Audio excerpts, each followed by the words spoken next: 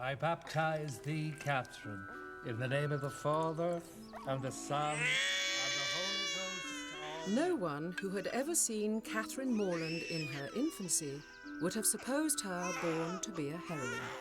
Her situation in life, the character of her father and mother, and her own person and disposition were all equally against her.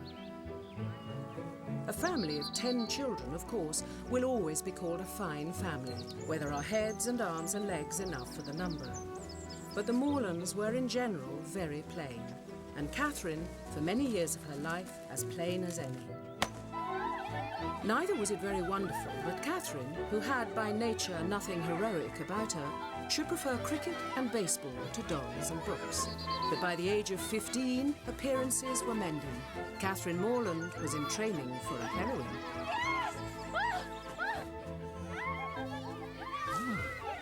You know, Aunt Catherine has turned out rather well.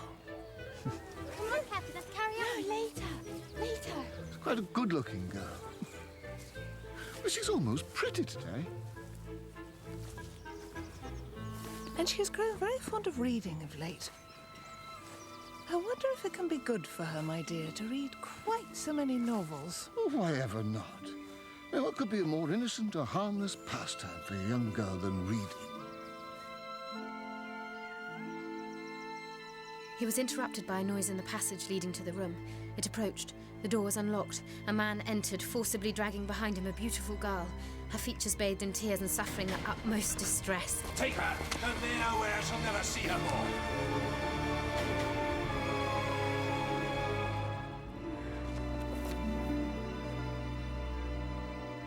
Cathy? What are you doing? Nothing. What do you want, anyway? Mr. and Mrs. Allen are here. Mother says you have to come straight away.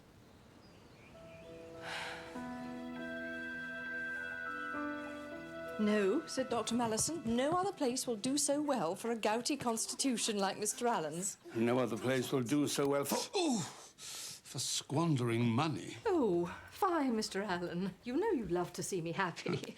And thinking of that... Look, Catherine is young to go, but, well, Mr. and Mrs. Allen for protection. I see no danger in it. She's a good girl. I think we can trust her. Why, Catherine, how you've grown. Quite the young lady, isn't she, Mr. Allen?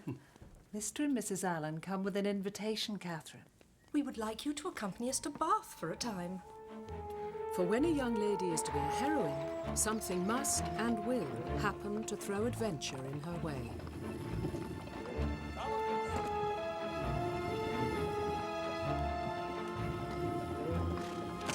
A tumult of emotion stirred in the bosom of Adeline, and fear gripped her heart that at any moment ruffians would fly upon the carriage and return her to the ignominy of her captive state.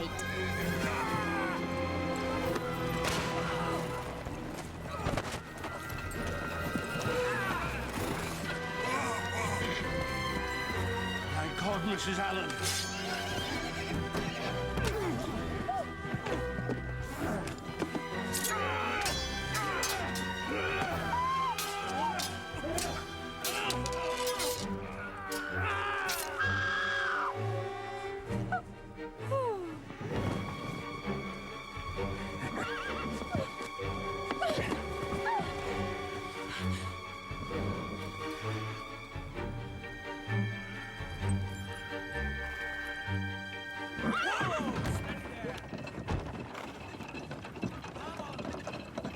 Not long now.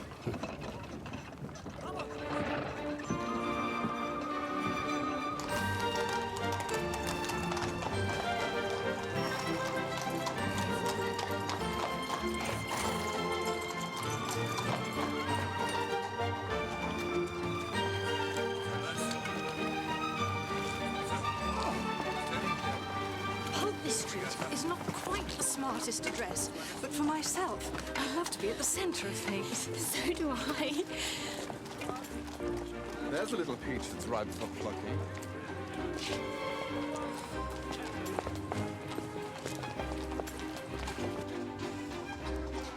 So many people. I wonder who they can be and what their stories are. Hardly worth knowing, I should say. if they choose to roam the streets, and they could be sitting at home by a good fire. Oh, Mr. Allen is so droll. He always says the opposite of what he means, for he loves good company. When shall we go into society, Mrs. Allen? I suppose it is too late this evening.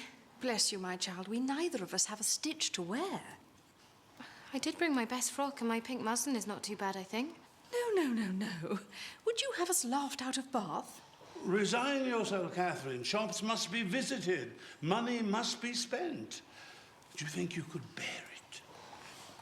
Very easily, sir.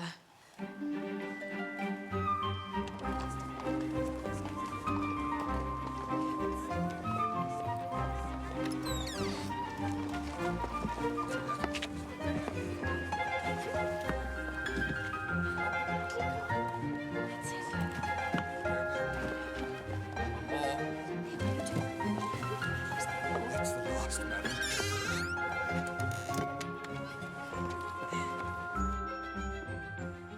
There. Did you ever see anything prettier, Mr. Allen? Other than yourself, do you mean, my dear? Oh, fine, Mr. Allen. But Catherine... Ah, she looks just as she should. Now, might we make our way, do you think? I entertain high hopes about arriving at the rooms by midnight. How he teases us, Catherine. Midnight, indeed. Whoa there. Good evening, sir. This way. There you go now, sir. This way, ladies.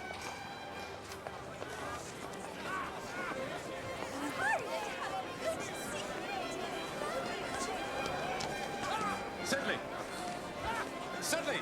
There you are. Is there anyone here? Well, not a soul, John. There's no one here at all. What could he mean? If I might, John. Thank you. Excuse me. Card room, I think. Mr. Allen! See you later, my love.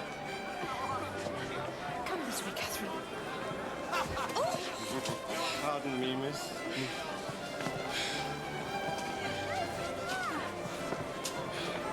Excuse me. Perhaps we should go through to the tea room.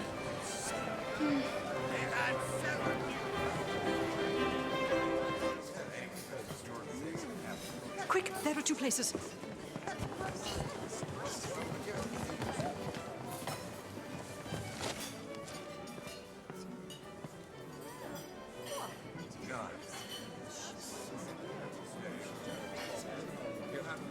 How comfortable it is not to know anybody.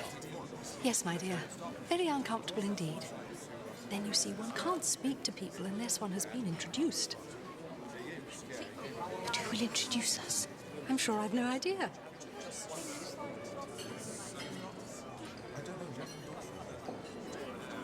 Had we not better go away? There are no tea things for us, and I think we are welcome here. Yes, it's most disagreeable. I wish we had a large acquaintance here. I wish we had any.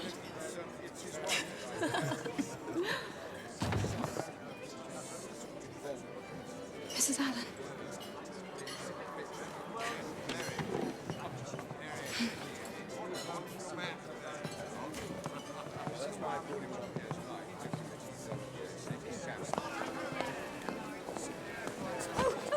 Have a care, sir. 1,000 apologies, Mum. Catherine, do take this pin out of my sleeve. It was not your fault, sir. Allow me. Oh. Thank you kindly, sir. Though I'm afraid it's torn a hole already. There. Nothing too disastrous, Mum. I shall be sorry if it has, for it's a favourite gown. Really, Mrs. Allen, one would hardly notice. No, it cost but 9 shillings a yard. 9 shillings. That is exactly what I should have guessed. Do you understand muslins, sir? I understand them very well. My sister has often entrusted me in the choice of a gown. I bought one for her only the other day. 5 shillings a yard, and a true Indian muslin. What do you make of that? Well, and I can never get Mr. Allen to tell one of my gowns from another. But tell me, sir, what do you think of Miss Morland's gown? Miss Morland's gown? Miss Morland's gown is very pretty. Though I don't think it'll wash well. I'm afraid it will fray. How can you be so... Presumptuous. Indeed, without so much as an introduction. You must allow me to make amends, Mrs. Allen.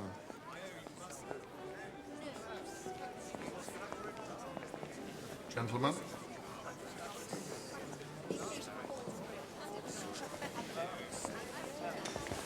Thank you. Very kind indeed. One moment. What a very... Really, I shouldn't have allowed you to speak to him as a stranger. But he had such an understanding, a Muslim. I wonder where he's gone. Oh, here he comes again. And he's brought Mr. King with him, the master of ceremonies himself. Mrs. Allen, Miss Morland, allow me to present to you Mr. Henry Tilney, just lately arrived in Bath. Mrs. Allen, Miss Morgan, delighted to make your acquaintance. Mr. King. Now we may talk to one another. We've already been talking. You mustn't allow anyone to hear you say such things. We shall all be expelled from polite society. Let it be our secret. And now, if your card is not already full, Miss Morland, might I request the pleasure of the next dance with you? With me? Thank you.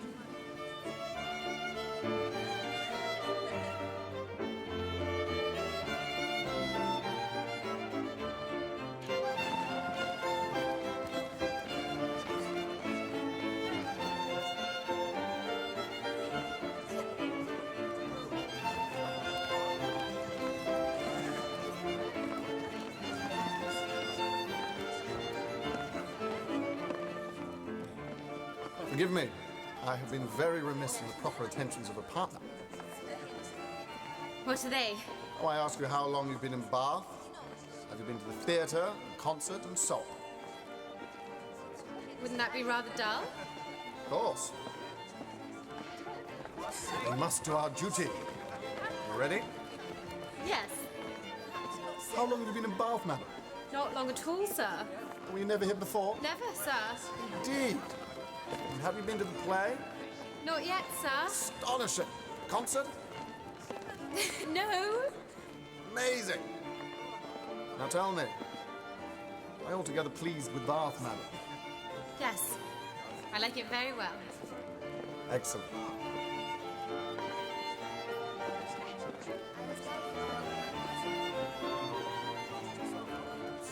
Now I must give you one smirk, and then we can be rational again.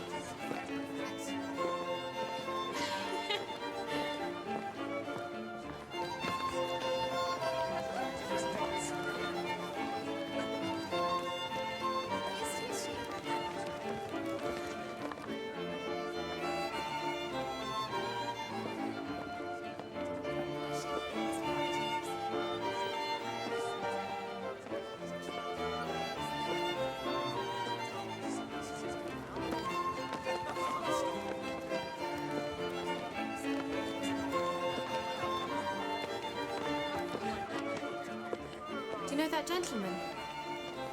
Not at all. I wonder why he keeps looking at us. I imagine he likes what he sees. What? Do you mean me? Why not?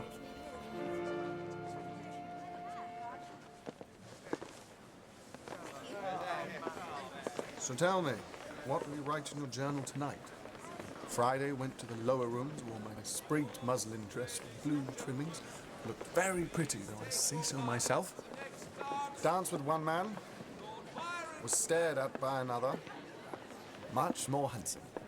Indeed, I shall say no such thing. Then what shall you say? Perhaps I don't keep a journal at all.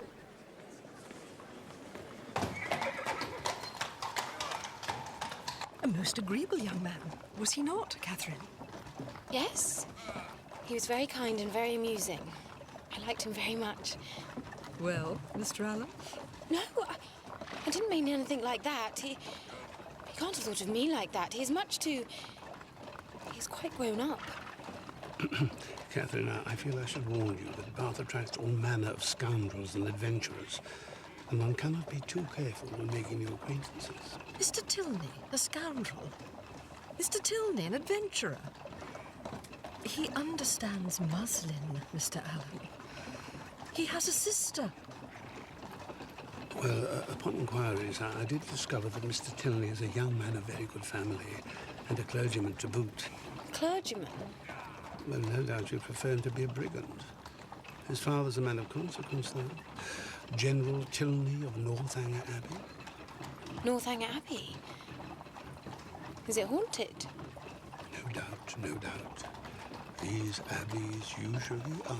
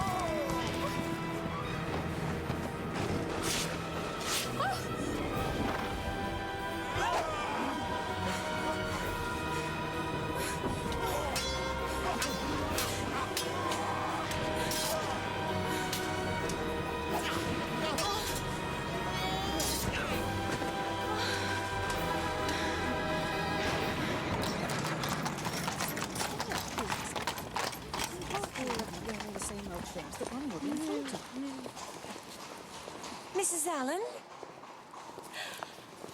And this must be Miss Morland. Mrs. Thorpe, your brother James told me to look out for you. You know James? Indeed we do. He's up at Oxford with my son John. Mrs. Thorpe, my old schoolfellow. Yes, he went to you at Christmas. And I may say he endeared himself to us all. Ah, here come my girls now. Isabella, my eldest, and Maria and Anne. Isabella, this is Mrs. Allen and Miss Catherine Morland, James's sister. James's sister. How do you do, Miss Morland? I've so long wished to meet you. Your brother has spoken of you so affectionately. I am sure that we will be the very best of friends. I'm so pleased you love Mrs. Radcliffe novels too. I wish I were you. Just beginning to read Udolpho for the first time. Is it really very horrid? You can't even imagine. But I wouldn't tell you for the world. Well, perhaps one incident to whet your appetite.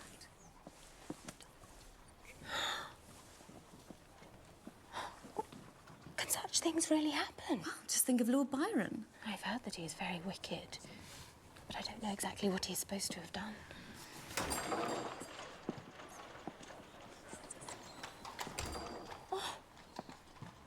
And I have heard that he is here, in Bath. Should we go to the pump room and see if we can see him? Perhaps your Mr. Tilney will be there too. He's not my Mr. Tilney, Isabella. Indeed, you mustn't say he is. Isn't he? Well, there's a certain person who will be very glad to hear that. Who do you mean? Never you mind. Oh. I do so hate it when strangers listen to one's private conversations.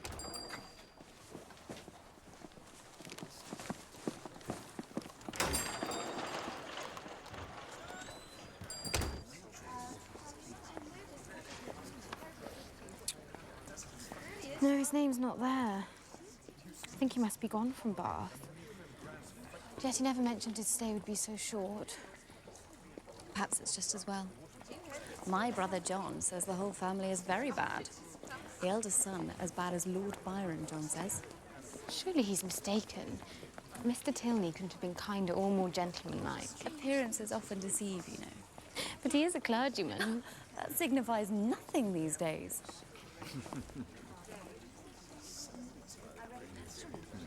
Insufferable. Come, let's walk outside.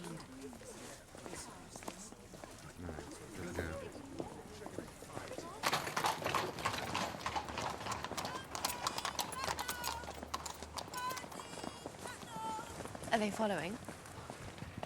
No. They're going towards the churchyard. Good. We are rid of them. Now, if we turn down there, it will bring us to Milson Street. Shouldn't we come upon them again if we did that? Oh, never mind that. Come, make haste.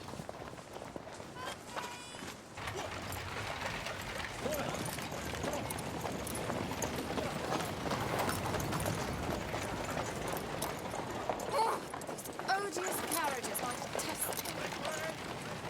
Isabella! Oh, how delightful! Mr. Morland and my brother John. James, I didn't know you were coming to Bath. Thorpe's idea, and when I remembered you were here, and you, Miss Thorpe, nothing would have kept me away. I'm very happy to see you again. And I you. Miss Morland? My good friend John Thorpe. Enchanté. I had the pleasure of seeing you dance the other evening. Yes, I remember. I hope I may have the pleasure of dancing with you myself before too long. We were just walking towards Edgar's buildings. Were you? Well then, damn it, we'll walk along with you. Miss Morland? Are you fond of an open carriage, Miss Morland? Yes, very. Well, would you permit me to drive you up Lansdowne Hill one day this week? Thank you. You're very kind. But would it be proper? Damn it, this is Bath. You know, everything's more free and easy in Bath.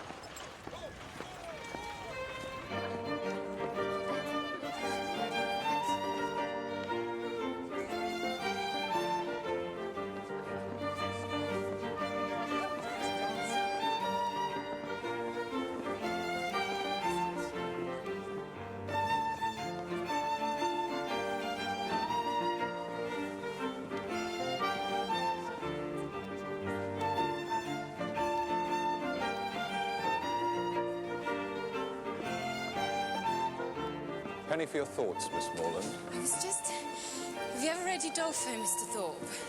Adolphe? Lord. No, I never read novels. I leave all that to Isabella. I read The Monk the other day, now. Monk? Is it as shocking as everybody says? You can borrow it if you care to. Hot stuff, you know.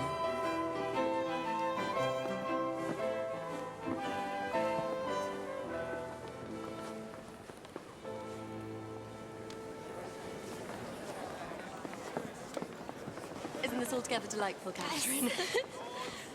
What's that? Jig it again?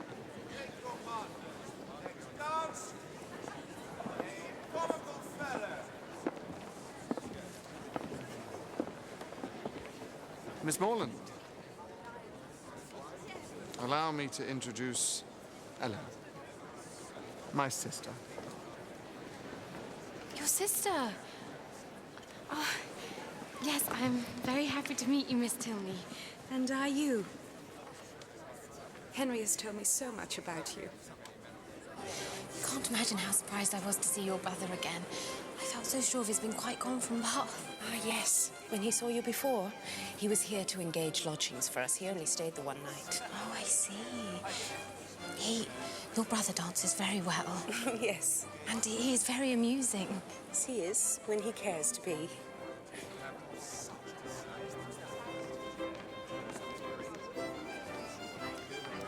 Do you know that gentleman talking to Mr. Tilney? That's our father, General Tilney. He looks as if he were displeased with us. It is only his way. And is your mother here with you in Bath as well? Our mother is dead. So this is your first time in Bath. Do you like it? Very much indeed. There are some very pretty walks round about. Henry and I walk most mornings. Should you care to join us one day? Yes. More than anything in the world, I love long walks. Though I can't persuade my friend to join me. She thinks it a waste of time when there are so many other things to do in town. I can see that she might.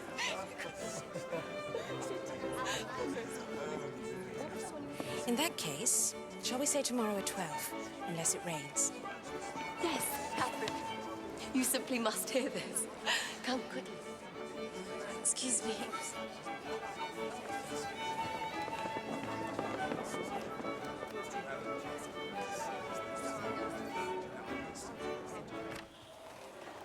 What's up? Make haste, Miss Morland. Put on your hat. There's no time to lose. We are going to drive to Blaze Castle. Mr. Thorpe. How do you do, Miss Allen? My sweetest Catherine, isn't this delightful? Blaze Castle. Nothing could be more romantic. Yes, I'm sure, but I'm very sorry I can't come with you. I'm expecting Miss Tilney and her brother to call on me to take a country walk. Not they. I saw him but 5 minutes ago. Doesn't he drive a phaeton with a pair of chestnuts? I don't know, indeed. Yes, I saw him large as life turning up the Lansdowne Road with a smart-looking girl by his side. Perhaps they mean to call later. No, they don't. I heard Tilney hallooing to a man they were going as far as Wick Rocks. I don't understand it at all. Miss Tilney promised. My dear one, in this false world, people often make promises they have little intention of keeping. Remember, we are your true friends. We keep our promises. Yes. But what if they should come after all? My dear little scatterbrain sister, haven't you just heard Thorpe tell us? They're halfway to Wick Rocks. Then perhaps I should come with you. Please, Miss Morland.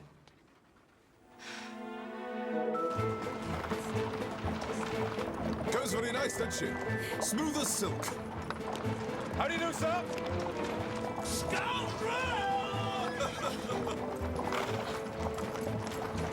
Pleasant old gentleman.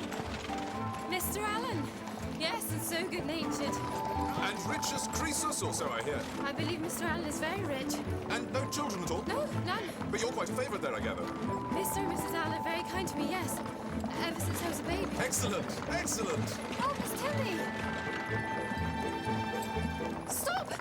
Stop now! It's Miss Tilney and her brother. There'd be hell to pay if I try to stop him now. Stop, Mr. It's Thorpe. too late. Well, I'll get down. I It's will. not possible.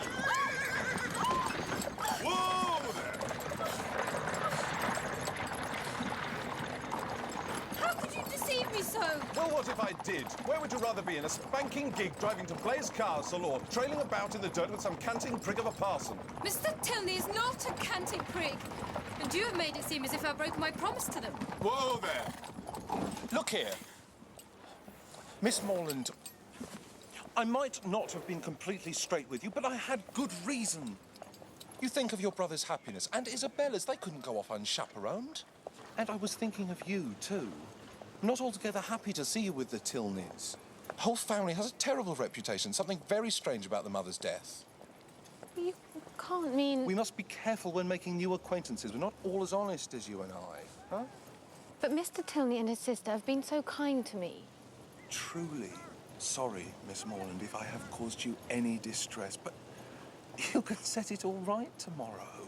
Let's at least try and enjoy ourselves today. Damn it, I've been looking forward to driving you out more than anything. Come on, what do you say? Very well. Whoa. Everything all right, Thorpe? Absolutely. Walk on.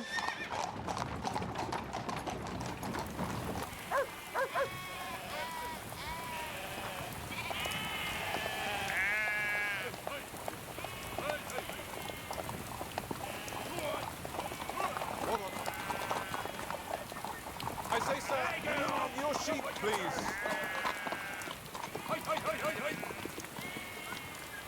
It's just a spot of rain. It'll clear up in no time. Thorpe, we better go back. Your sister thinks so too. We're not halfway to Blaze Castle. Very well, as you wish. It's all one to me. Honestly, if your brother hadn't such a damn beast to drive, we'd been at Blaze this half hour gone. Will you move your sheep? I need to turn. Take my bloody time. Come on, girl.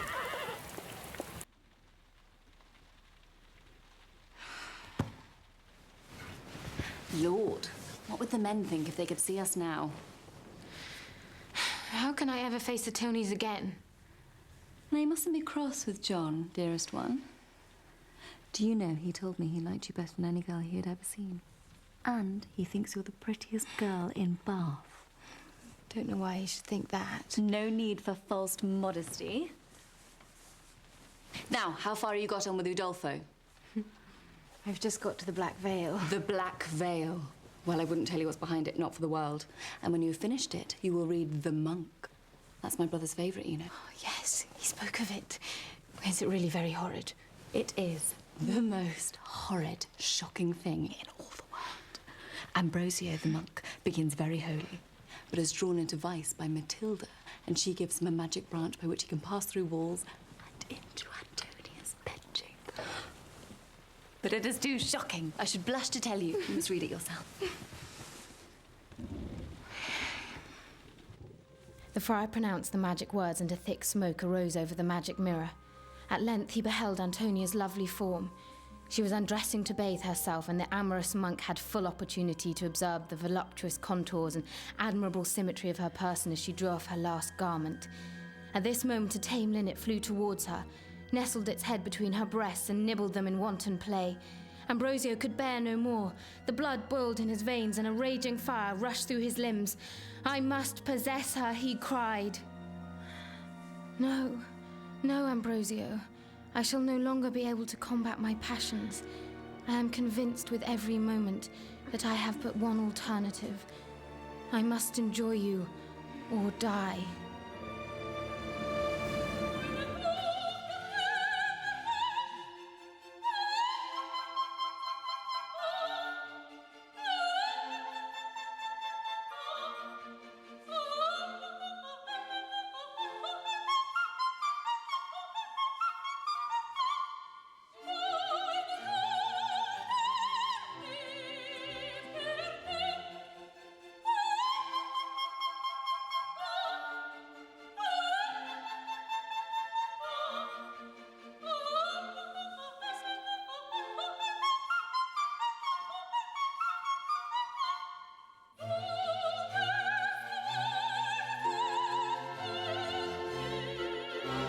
Damn fine-looking woman.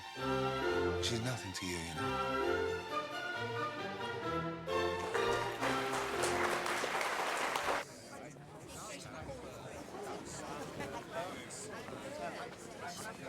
Miss Morland, Mrs. Allen, Mr. Allen. Mr. Tilney, you must have thought me so rude, but they told me you'd gone out in a phaeton, and then when I saw you, I begged Mr. Thorpe to stop, but he only went faster. If only he'd slowed down, I would have jumped out and run back to you. Please believe me, I would 10,000 times rather have been with you. Are you and Miss Tilney really very angry with me? I must confess I felt a little slighted, but my sister was quite sure there was some misunderstanding. Eleanor, you were right, as usual. Miss Morland is not to blame. She was abducted by force. Oh, no, not exactly, but truly, I did try to make him stop. Don't tease her, Henry. You were quite cast down when you thought Miss Morland preferred the company of others to your own. Perhaps she still does. No, indeed. Well, that is... Then may I renew our invitation? Shall we say the day after tomorrow for our walk? Yes. Miss Catherine Raymond, very amiable girl, very rich too. Ward of a Mr. Allen who made a fortune in trade. And with no one to spend it on but her, she'll bring a deal of money to her marriage. When the old man pops off, she'll be one of the richest women in the country. Obliged to you, sir. Thorpe. John Thorpe. Delighted to have been... Mr. Thorpe, perhaps you'd introduce me to the young lady. Miss Morland, this is General Tilney.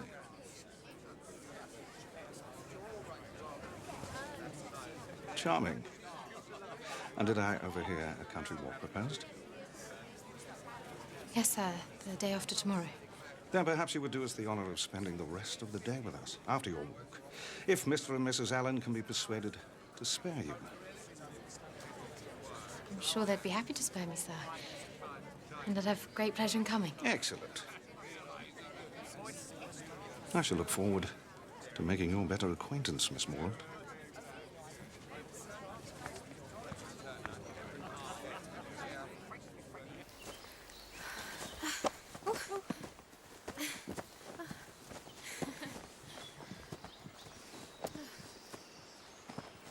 What do you think, Catherine? Oh, it's wonderful. It reminds me of the south of France, the Languedoc, you know? Yes. Have you travelled much in France? No, not at all. I've never been there. But I've seen pictures, and it's just as Mrs. Radcliffe describes it in Udolpho. Ah, Mrs. Radcliffe. But I suppose you don't read novels. I read Udolpho straight through in 2 days with my hair standing up on end the whole time. I often think there's more life and truth and feeling in a good novel than in 100 dull sermons. Do you really believe that? Oh, go on. Don't wait for me. Why should you think I don't believe it? Because I think you like to tease me. Because the real world's different from the world in stories. Is it?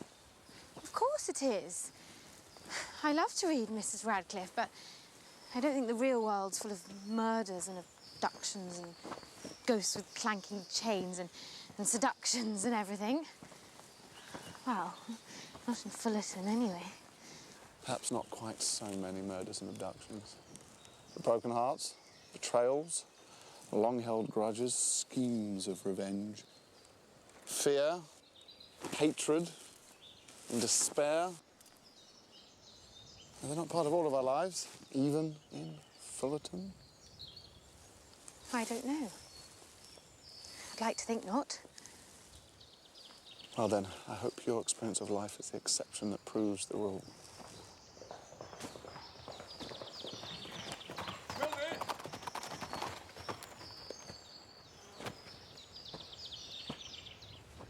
Forgive me, Tilney, for interrupting your walk.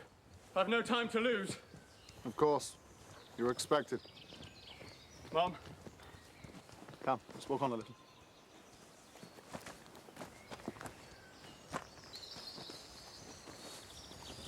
That gentleman was a close acquaintance of ours, a very good friend. I was obliged to leave the country at short notice. He was able to make his farewells to me last evening. But was no doubt anxious to say goodbye to my sister too before he left. I see. There is no reason why the matter should come up. But my sister and I would be very grateful if you did not mention to my father that we saw that gentleman here today. No, of course. Thank you.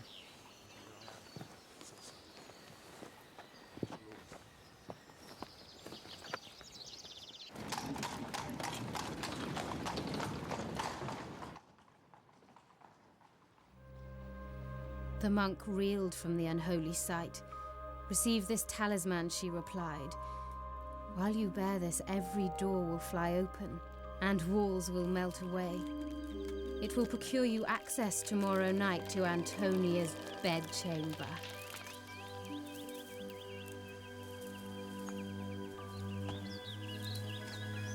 Miss Morland.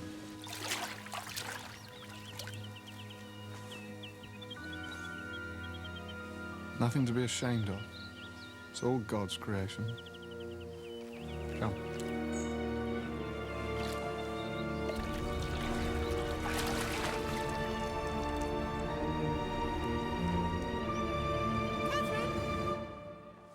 Catherine!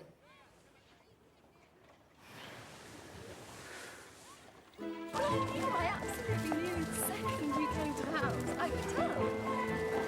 And the way you spoke to my mother, I could just... It was almost like fate. Catherine? No, sit down. Can you guess? Your brother has made me the happiest girl on earth.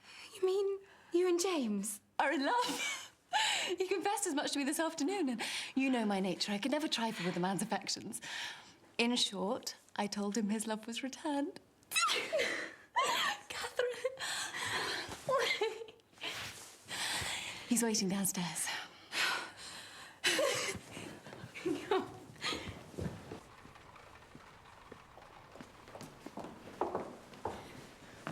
I know I needn't ask whether you approve, Catherine. No, indeed. Though I'm surprised.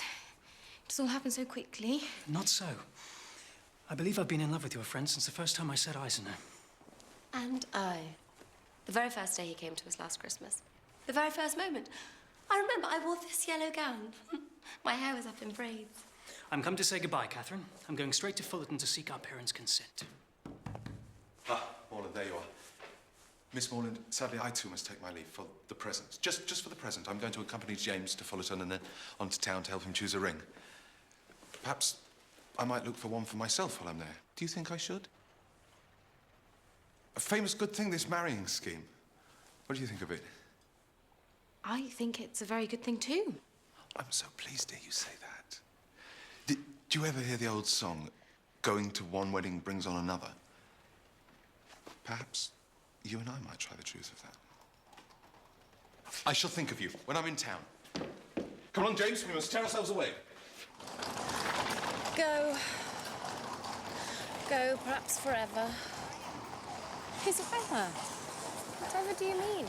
Your mother and father, what will they say? I'm sure they'll be very happy for James. But my fortune will be so small.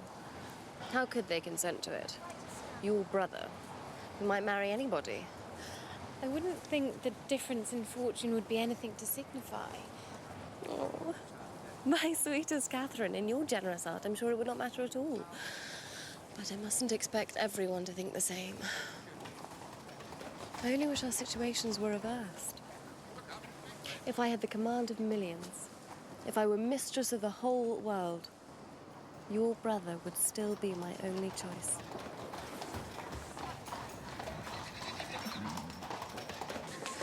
Now, Catherine, you know I'm only here for your sake.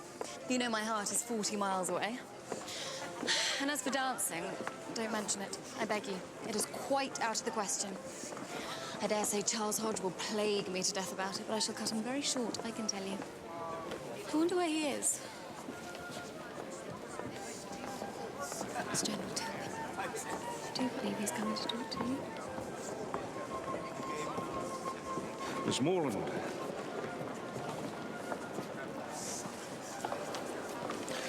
Delightful.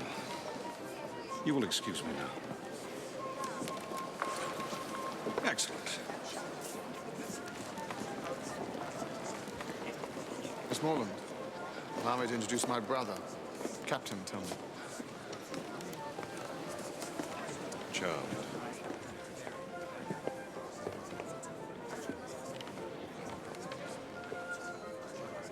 Don't let my brother's ill manners offend you. That's how he is, I'm afraid. He was ill-mannered as a baby.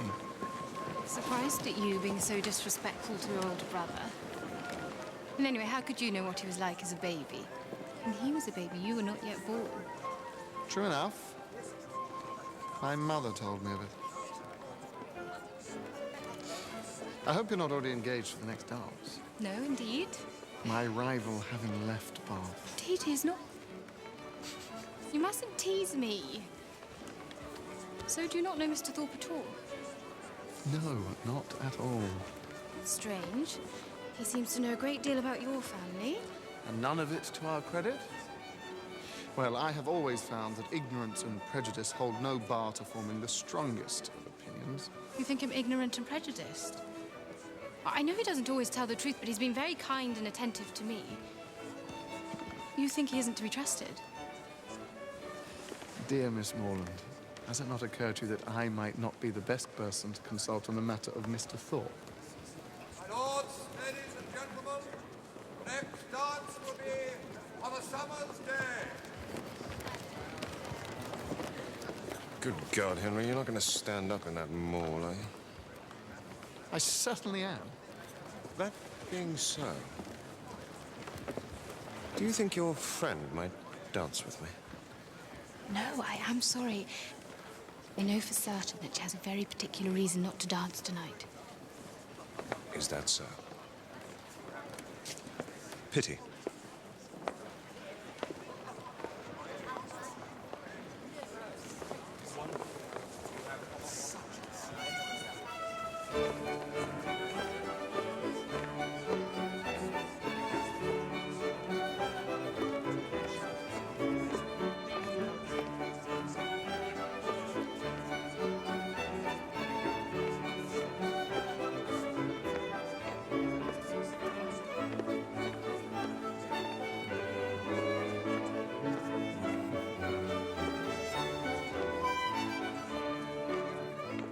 Why are you smiling?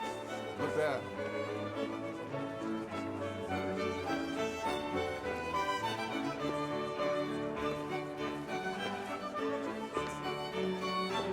I don't wonder at your surprise.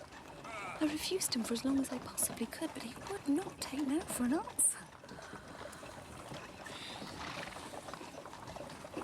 He's the eldest son, you know, the heir to Northanger Abbey. Not that that weighs anything with me. I am in love with the best man in the whole world.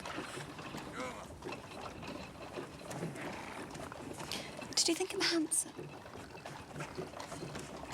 No. Captain, tell me, silly. Oh. Yes, very handsome. But didn't your brother say he was very bad? As bad as Lord Byron? Oh, John will say anything that comes into his head. I hardly ever take any notice of him. Then I always want to know what to believe. One thing you can be certain of, my affection for you and your dear, dear brother.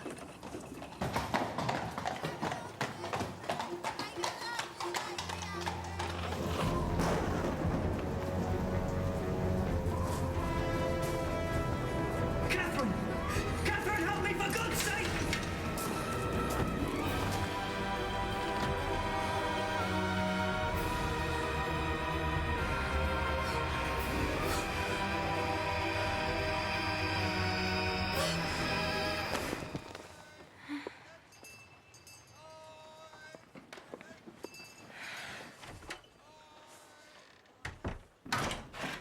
You've heard from James? And my parents have consented? Yes. Your father has been very good. James is to have a living worth £400 a year as soon as he is old enough to take it. But that won't be for another 2 years, so we must wait that long before we marry. It seems it wasn't possible for your father to do anything for us immediately.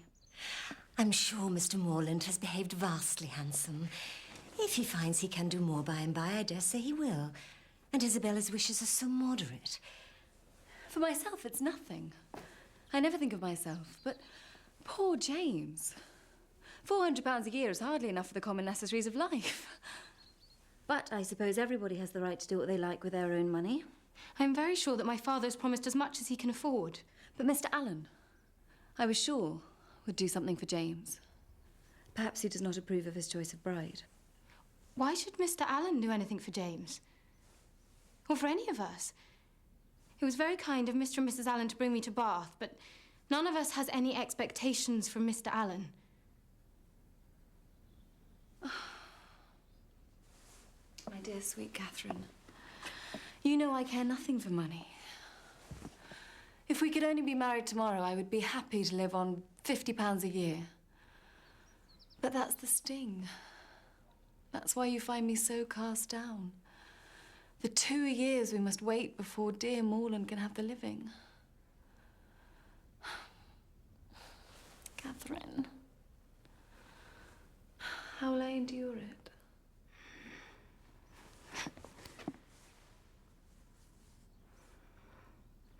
I can well understand how she feels. 2 years is a long time. But at least she can marry the man she loves. Not everyone is so fortunate. No, I suppose not. How sad that is. Yes, it is. But how many couples marry for love? I believe my mother and father love each other even more than they love us. And they love us very much. When I was a little girl, I used to think it was like that for everyone. It was only when I started to read novels that I realised it was not. I shouldn't have thought one would have to read novels to find that out. I think you have had quite a dangerous upbringing. Dangerous? How? Well, it's as Henry says. You've been brought up to believe that everyone is as pure in heart as you are. I don't think I'm very pure in heart. Really, why? I have the most terrible dreams sometimes.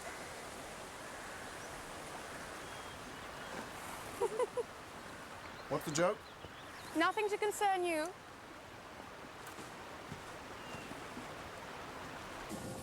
I love our walks. I think I should like to stay in Bath forever and go walking with you every day. Unfortunately, that won't be possible. Oh? Our father told us just this morning that he's determined on quitting Bath by the end of the week. Oh. Miss Morland. Capital. Excellent.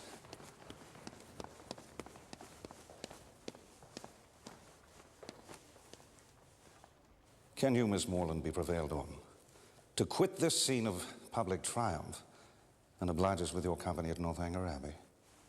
Northanger Abbey? Well, Miss Morland, what do you say? I'm very honoured, sir. If Mr. and Mrs. Allen agree, I should be delighted to accept.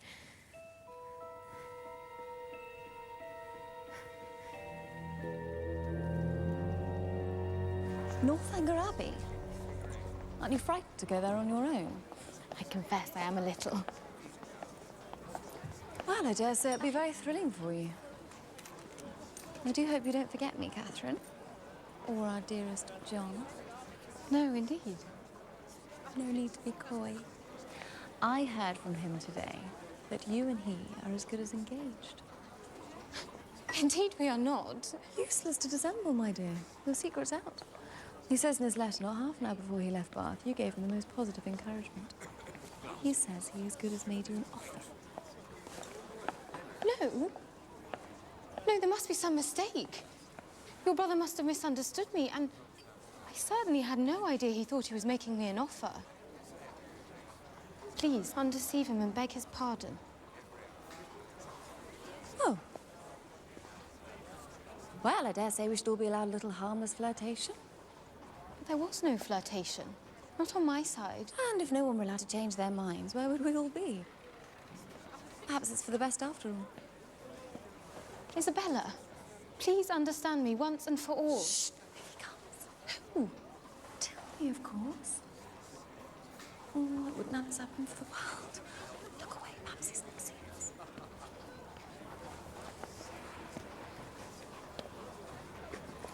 What? Always to be watched? In person or by proxy? Nonsense.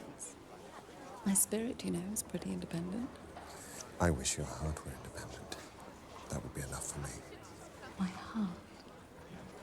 What can you have to do with hearts? None of you men have hearts. But we have eyes. And they give us torment enough. I think Mrs. Allen and your mother are expecting us. Will you come, Isabella? You go. And tell them I'll follow. And if I shouldn't see you, write and tell me all your news from Northanger.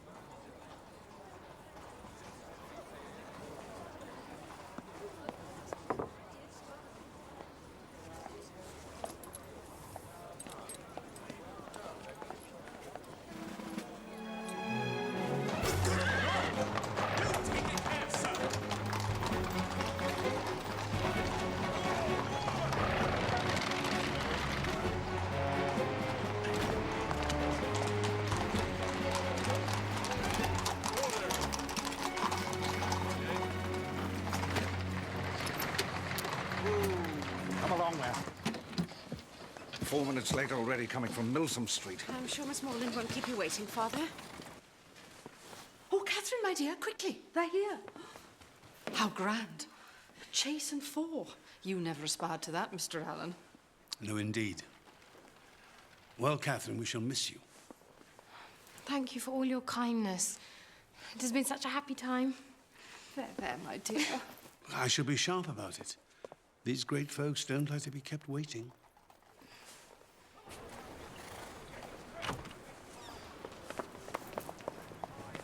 Miss Morland, 1,000 pardons for our late arrival. My eldest son must bear the blame. He stays on in Bath. Now, my dear Miss Morland, I have a proposal. As it is a fine day, how should you like to travel in the curricle with my son Henry? You will enjoy the air and be better able to see the country. It is, of course, entirely up to you. I should like that very much.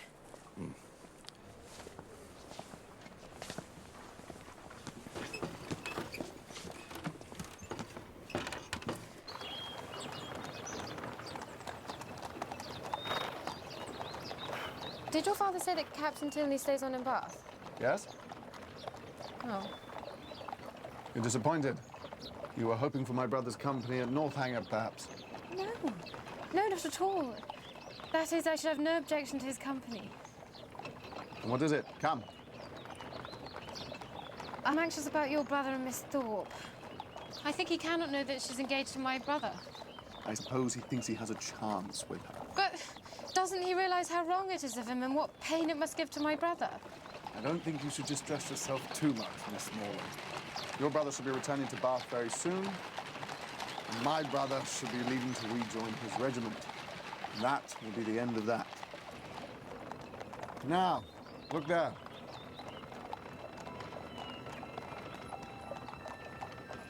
It's exactly as I imagined.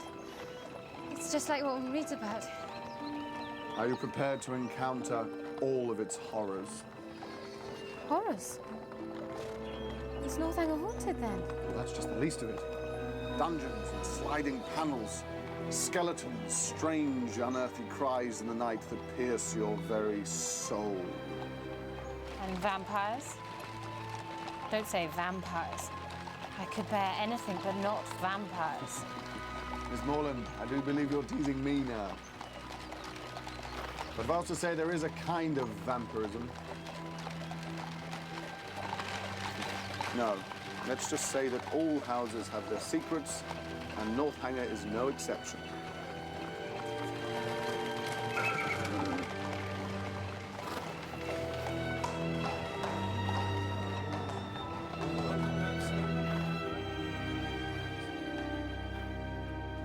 Help me down.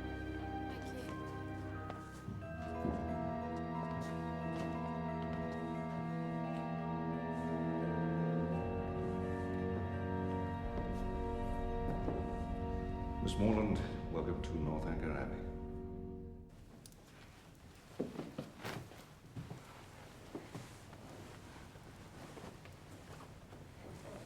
I hope you will be comfortable. Do please, I beg you, make as little alteration to your dress as possible. My father is most particular about meal times. I'm sorry to have to ask you. No, it's quite all right. I'll see you in a few minutes then.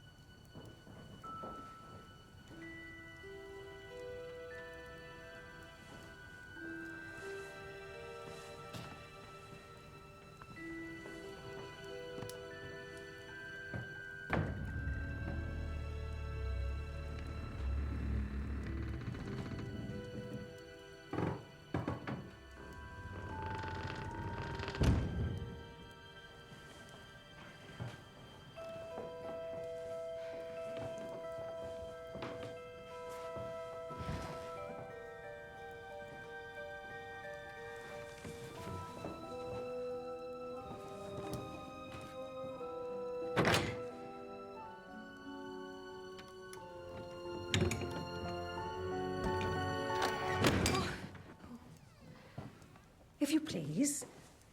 Miss Tilney says, do you need any help, miss? Oh, no. No, thank you.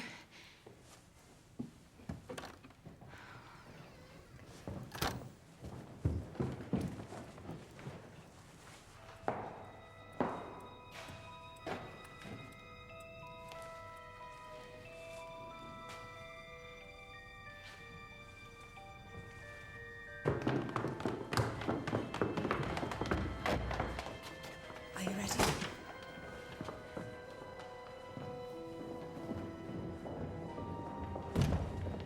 So sorry. Miss Morland, charming. Dinner to be on the table directly!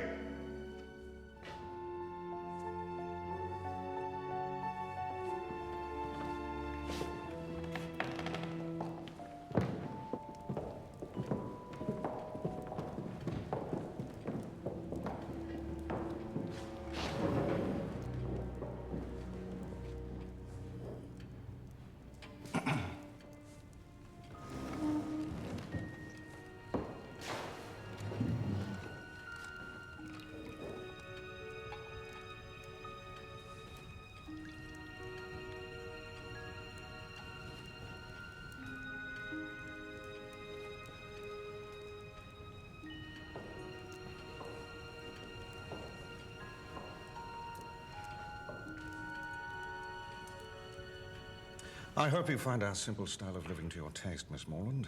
No doubt you have been used to better-sized apartments at Mr. Allen's. No, indeed, sir.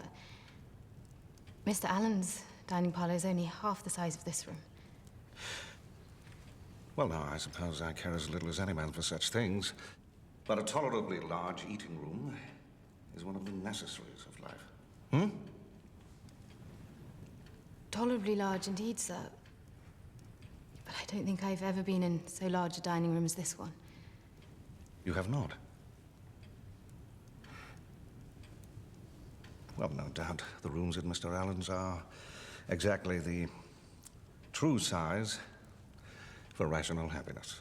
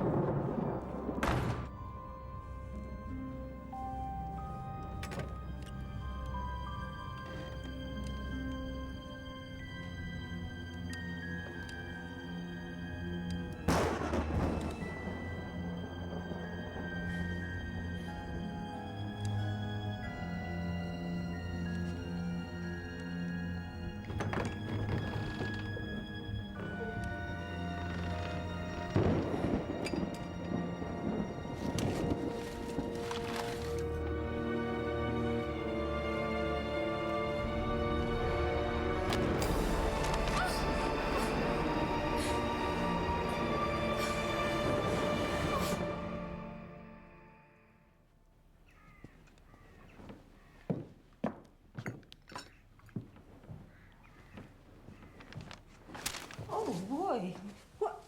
Whatever are these old things? No. No, leave them, please.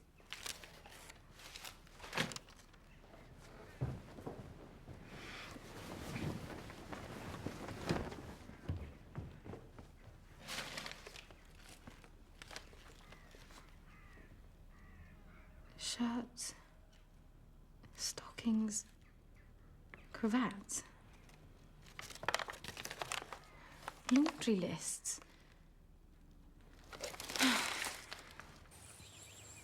This was my mother's favourite place.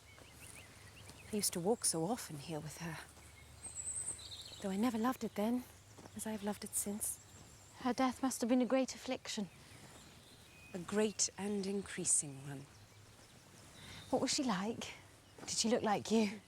I wish I could show you her portrait. It hangs in her private chamber. I suppose you were with her to the last?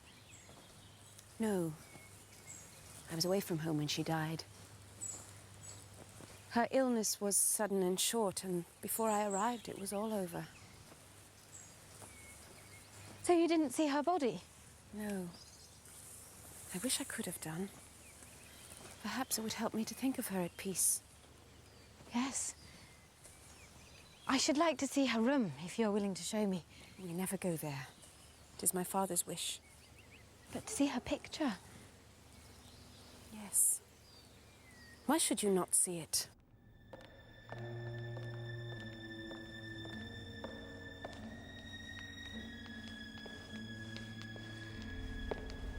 What do you do there? I was going to show Miss Moreland Mother's... There is nothing to interest Miss Moreland in this part of the house. I'm surprised at you, Eleanor.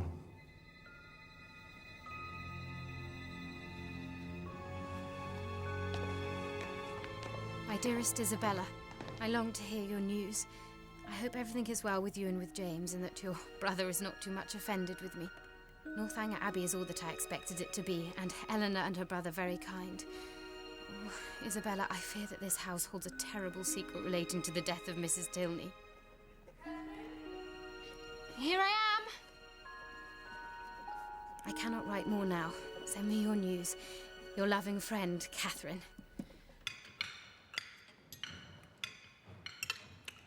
This is a sad day, Miss Morland. A sad day for me, that is. I have to go up to town for several days on business. I trust you'll be able to entertain our guest properly while I'm gone, Henry. Nothing would give me greater pleasure, sir.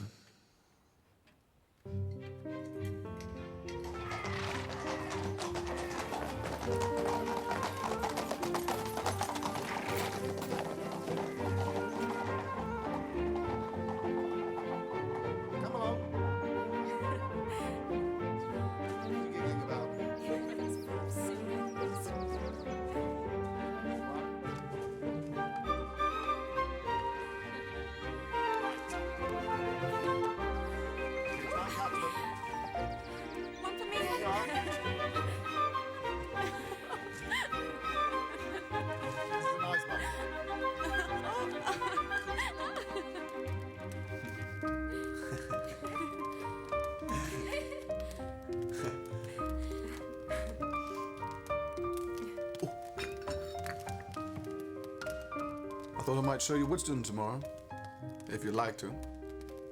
It's nothing to Northanger, of course, just a country vicarage, but I'm very fond of it. I'd love to.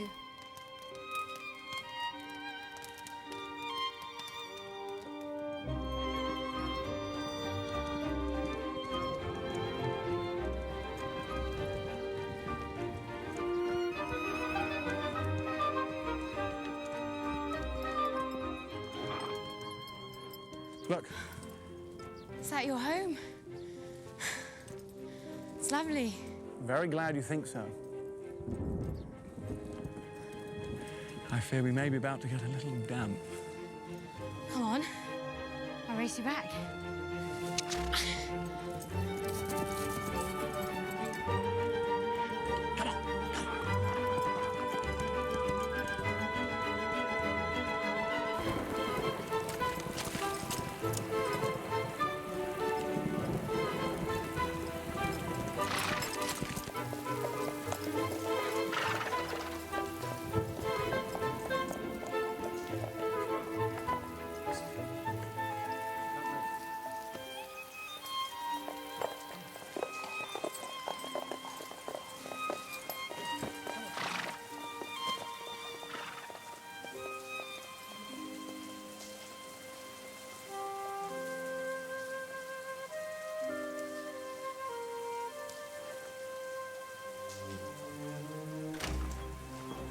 Look at the state of the pair of you.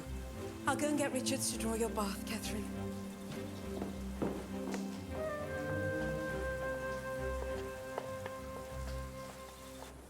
When we were coming to Northanger Abbey, you said that the house held secrets. Did I? And have you discovered any dreadful revelations yet? No, but I'd like to know what you meant. I think that shall have to remain a secret. A secret once explained loses all of its charms and all of its danger, too. Why don't you imagine the worst thing you can and write your own Gothic romance about it? Northanger Abbey would make a very good title, don't you think? Now you're mocking me. But I can't help feeling that this house is not a happy one. Not since our mother died. And even before then. I envy you your happy childhood. My brother Frederick is well enough, I think, sowing his wild oats, but soon he shall have to make an advantageous match. My sister is not happy. Remember the man we met on a country walk? He's a good friend of mine. He's a lot more than that to my sister. But our father has refused to sanction the match. Edward is only a second son, and Eleanor must marry the heir to a rich estate. And you? Well, if I'm to retain my father's favour, I must marry a fortune too. And shall you? I always hoped I'd be lucky. The girl I fell in love with would come with a fortune attached. And if she should not? Then that would be a very stern test of my character.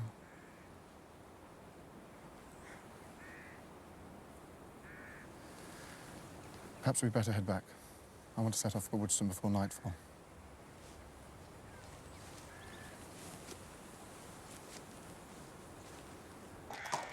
See you tomorrow for dinner.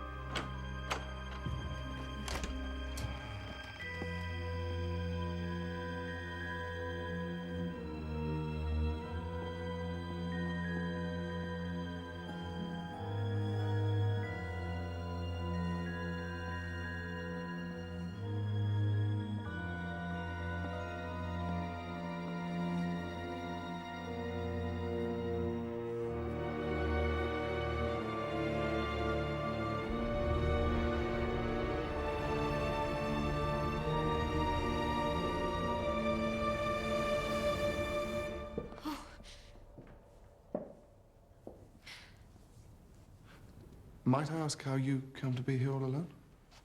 I wanted to see your mother's room. Eleanor was going to show me, but your father prevented us. And so you thought you'd come and see it for yourself? Yes. I suppose Eleanor has talked to you about our mother? Yes. But that is not very much, but what she did say was her dying so suddenly and none of you being at home, and I thought perhaps your father had not been very fond of her. And from these circumstances you infer some negligence? Or something even worse? Then let me reassure you, Catherine. My mother's illness was sudden. And Eleanor was from home, but I was here throughout. And so was my brother Frederick. Our mother received every possible attention. Our physician was satisfied that nothing more could be done for her. The matter was deeply distressing, as you may imagine. Yes, of course. But your father, was he distressed? For a time, greatly so. She had had to bear a great deal from him, but when she was dead, he felt her loss. I'm very glad of it. It would have been very shocking if he had... If he had what? If I understand you rightly, you have been suspecting my father of a crime so dreadful. You said yourself the house was full of secrets. And so you decided that my father must be a murderer.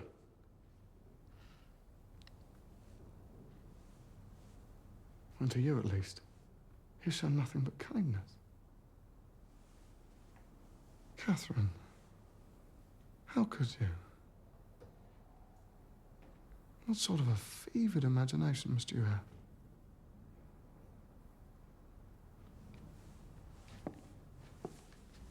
Perhaps, after all, it is possible to read too many novels.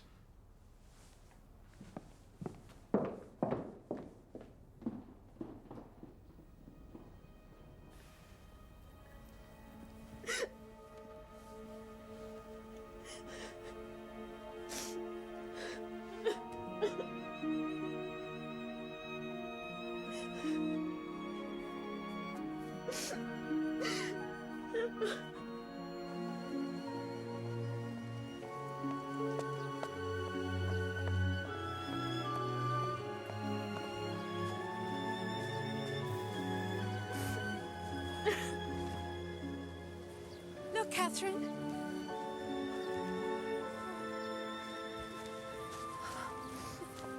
Oh, whatever is the matter? I can't tell you. Please don't make me. I have been so wickedly foolish, and your brother knows of it, and now he will hate me for it, and so will you when he tells you. Oh, my dear Catherine, I am quite sure that nothing you could do could make me hate you, or Henry either. I saw his face. I know. He will never, ever respect me again. Come, come, perhaps it's not as bad as you think. Look, here is a letter for you. It'll be from Isabella. Oh. No, it is my brother's handwriting.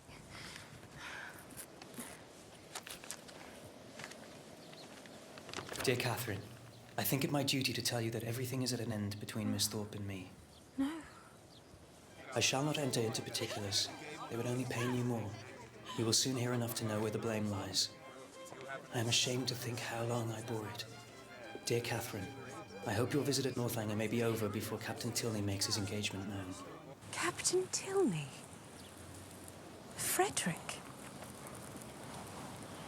Yes. It's just what I feared. Oh, poor James, he loved her so much. But Frederick? And they are engaged? Yes. No, I can't believe that. No, look here. Dearest Catherine, beware how you give your heart. Dear Catherine, I am sorry for your brother. Sorry that anyone you love should be unhappy. But my surprise would be greater at Frederick's marrying her than at any other part of the story. Why do you say that? What are Miss Thorpe's connections? What is her fortune? Are they a wealthy family? No, not very. I don't believe Isabella has any fortune at all. You think your father will forbid the match? I doubt if the matter will reach his ears at all. Why? Whatever do you mean? Catherine, your friend has dealt very badly with your brother. But I fear she is far out of her depth with mine.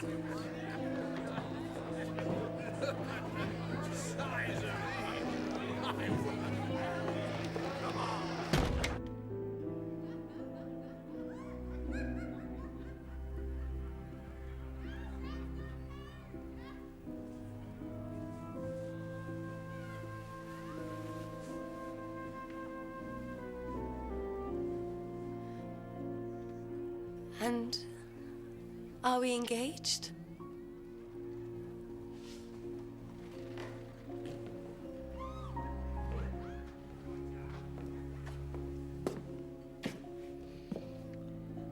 Make yourself decent, Miss Thorpe. I must return you to your friends before you're missed.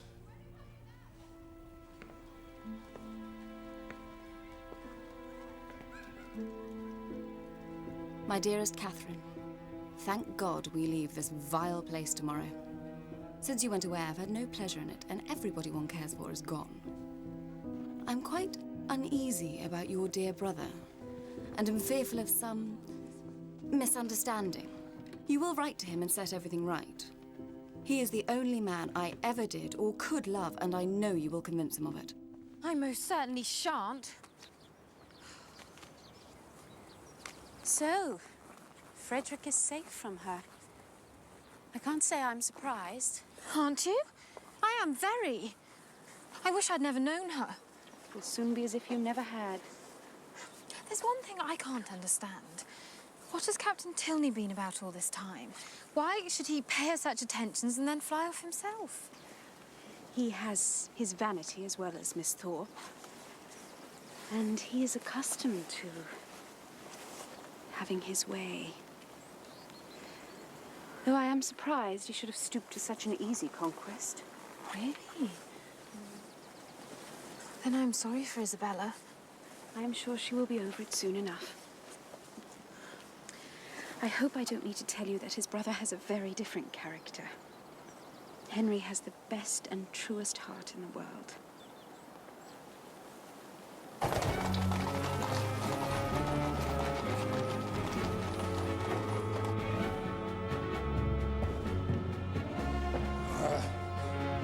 Damned little adventuress. Eleanor! Eleanor! Now! I said now! Eleanor, whatever can the matter be? Come. Sit down, you are not well. Dear Catherine, I am well. Oh, God, how shall I tell you? It's not concerning Henry. No, not Henry. It is my father himself. My father has recollected an engagement that takes our whole family away on Monday. Explanation and apology are impossible. My dear Eleanor, don't be so distressed. I'm not offended. I can be ready to leave on Monday. No, that won't be possible. Oh, God. My father insists on your leaving immediately. As soon as you can make yourself ready. The carriage will take you to meet the public stagecoach. No servant will accompany you. I'm to travel all night, alone. Have I offended the General? I have never seen him more angry. Your brother must have been so angry with me. He told your father what I did, what I suspected. I deserve to be sent home in disgrace. You are wrong. I know my father's reasons, and they do him no credit. To turn you out in the middle of the night, well, truly I fear for your safety. The journey is nothing. But have you enough money to pay your way? I never thought of that. Well, there at least I can help you. Oh, Catherine, I am so sorry. I deserve it. I deserve it all.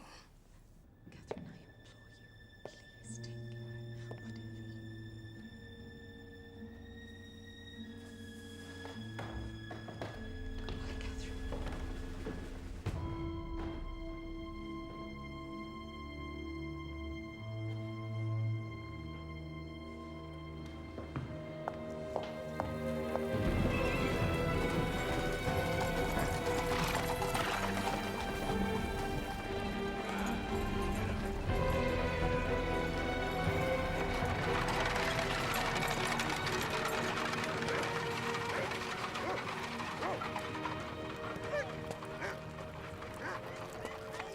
please take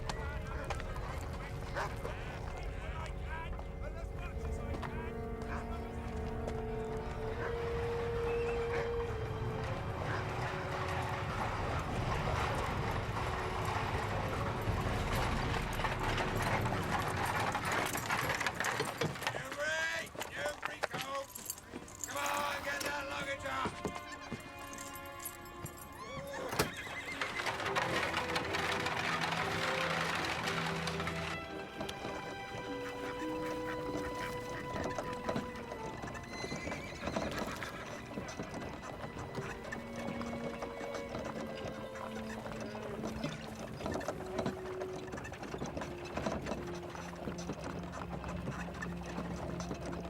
Goodbye, Catherine.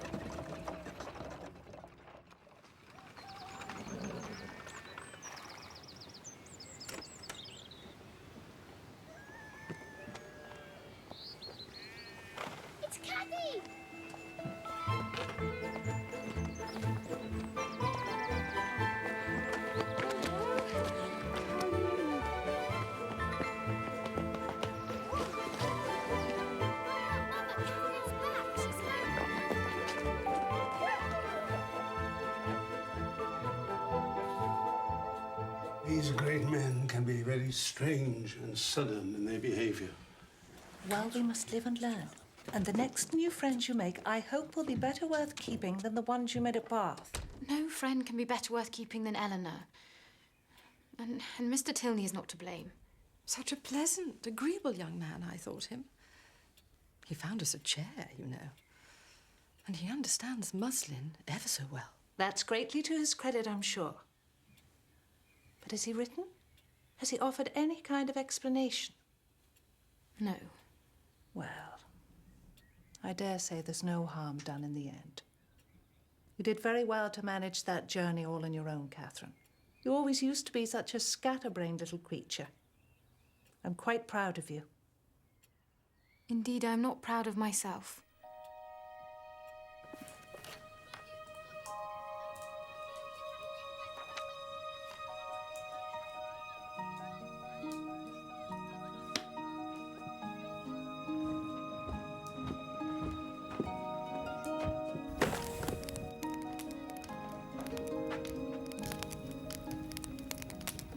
What was the Abbey like?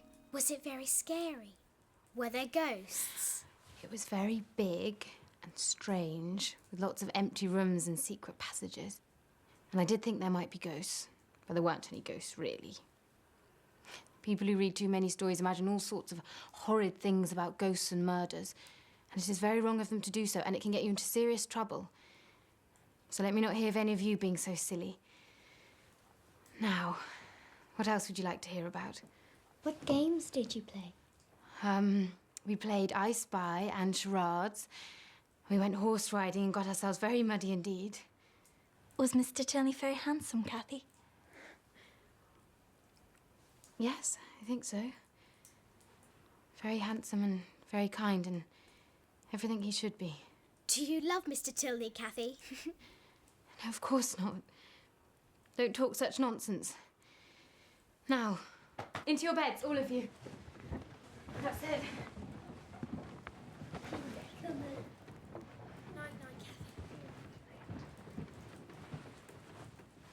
Night, Cathy.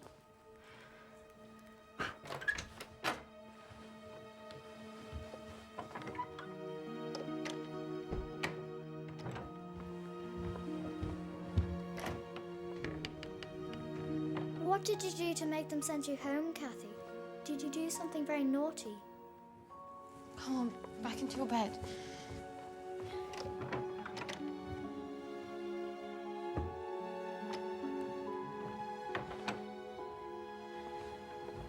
Cathy?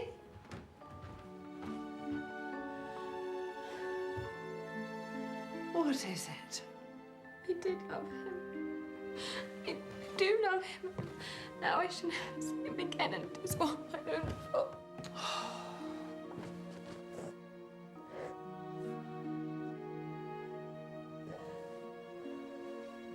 10.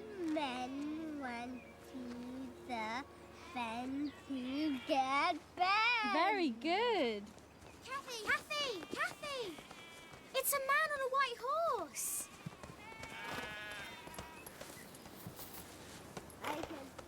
Go and tell Mama that Mr. Tilney is here. Mr. Tilney? Now! Go on, boys. In you go quickly.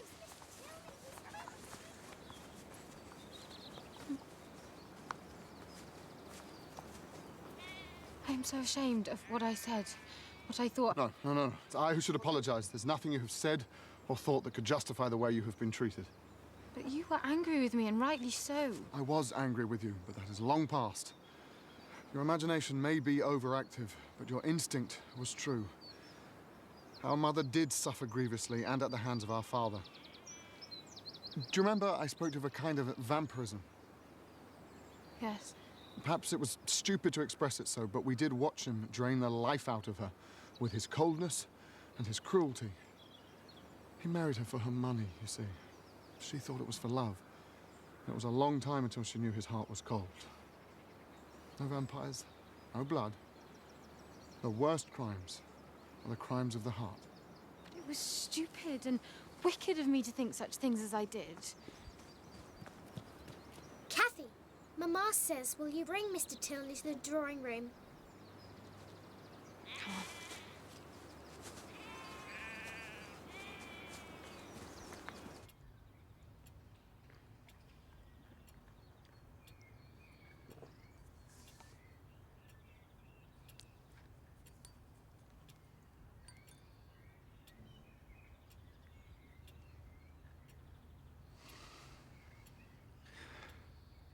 Mrs. Morland, after what has happened, I have little right to expect a welcome at Fullerton. You had no part in what happened, Mr. Tilney. And Catherine is as you see her. No harm done. Any friends of our children are welcome here. Shall we agree to say no more about it? Very good.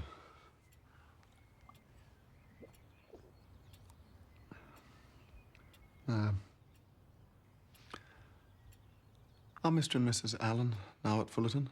They are, sir. I should like to pay my respects.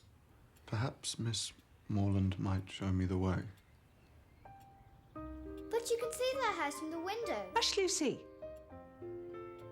I'm sure Catherine will be happy to show you Mr. Tilney. He thought I was rich. It was Thorpe who misled him at first. Thorpe who hoped to marry you himself. He thought you were Mr. Allen's heiress, and he exaggerated Mr. Allen's wealth to my father. You were only guilty of not being as rich as you were supposed to be. For that, he turned you out of the house. I thought you were so angry with me you told him what you knew, which would have justified any discourtesy. No. The discourtesy was all his. I've broken with my father, Catherine. I may never speak to him again. What did he say to you? Let me instead tell you what I said to him. I told him that I felt myself bound to you. By honor, by affection, and by a love so strong that nothing he could do could deter me from... From what? Before I go on, I should tell you, there's a pretty good chance he'll disinherit me. I fear I may never be a rich man, Catherine. Please, go on with what you were going to say. Will you marry me, Catherine? Yes. Yes, I will. Yes. To begin perfect happiness at the respective ages of 26 and 18 is to do pretty well. Catherine and Henry were married, and in due course the joys of wedding gave way to the blessings of a christening. The bells rang and everyone smiled.